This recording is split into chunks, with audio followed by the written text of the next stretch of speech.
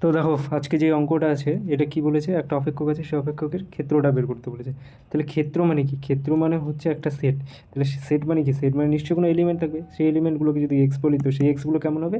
যেই এক্সের জন্য F of extra, F of এক্সের হচ্ছে বাস্তব মান পাওয়া যাবে, যেই এক্সের জন্য এফ অফ এক্সের বাস্তব মান পাওয়া যাবে সেই এক্সগুলোই ক্ষেত্রের মধ্যে থাকবে।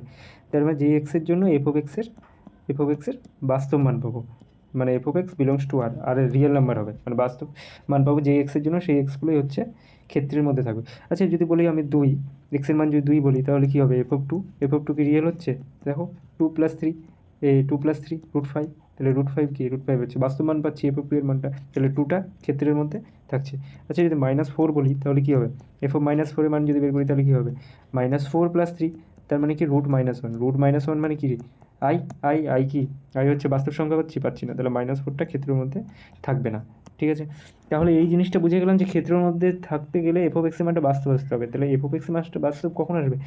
যখন এই রুটের ভেতরের মানটা পজিটিভ আসবে বা জিরো আসতে পারে, এই রুটের ভেতরের মানটা পজিটিভ বা জিরো আসতে পারে। তাহলে x+3 মানটা যদি জিরো হয় বা জিরোর থেকে বড় হয় তাহলে তো এটা হচ্ছে সংগত হবে। আর যদি এক্স প্লাস থ্রি মানটা ধরো নেগেটিভ হয়ে গেলো, নেগেটিভ হয়ে গেলে কী হবে? নেগেটিভ হয়ে গেলে এই যে -4 মতো কিছু একটা চলে আসবে, তাহলে তখন ওটা কি বাস্তব সংখ্যা থাকবে না। তাহলে এটা হতে গেলে x+3 মানটা পজিটিভ হতে হবে, তাহলে এক্সের মানটা -3 থেকে বড় হতে হবে। তাহলে ক্ষেত্রের মধ্যে কী হবে? -3 ওপেন ইন্টারভাল না, এটা ক্লোজড ইন্টারভাল, যদি ইকুয়াল টু আছে -3 থেকে ইনফিনিটির মধ্যে যত মান আছে সব মানের জন্যই হচ্ছে সঙ্গত হবে, ক্ষেত্র হবে ওটা।